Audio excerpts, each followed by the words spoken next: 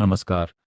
पालघरमधून एक मोठी राजकीय बातमी समोर आली आहे. महाराष्ट्र नवनिर्माण सेनेतील अंतर्गत वाद पुन्हा एकदा चव्हाट्यावर आला असून मनसेचे माजी शहराध्यक्ष सुनील राऊत यांना पक्षाच्या पालघर येथील कार्यालयातच बेदम मारहाण करण्यात आल्याची धक्कादायक घटना घडली आहे. या घटनेत सुनील राऊत गंभीर जखमी झाले असून त्यांच्यावर पालघर येथील सरकारी रुग्णालयात उपचार सुरू आहेत. पक्षाच्या कार्यालयातच घडलेल्या या प्रकारामुळे शहरातील राजकीय वर्तुळात एकच खळबळ उडाली असून मनसे कार्यकर्त्यांमध्ये संतापाचे वातावरण निर्माण झाले आहे. प्राथमिक माहितीनुसार या मारहाण प्रकरणी काही व्यक्तींवर गंभीर आरोप करण्यात येत आहेत. मात्र या आरोपांची अधिकृत पुष्टी अद्याप झालेली नसून पोलीस संपूर्ण घटनेचा तपास करत आहेत. या प्रकरणामागील नेमके कारण काय, मारहाणीस जबाबदार कोण आणि पुढे कोणती कारवाई होणार, याकडे आता सर्वांचे लक्ष लागले आहे.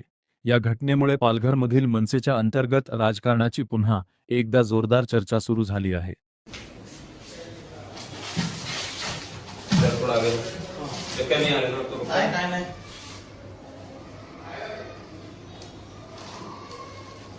आपल्या देशातले शहीद तर ह्याच्यापेक्षा जास्त रक्त जाते.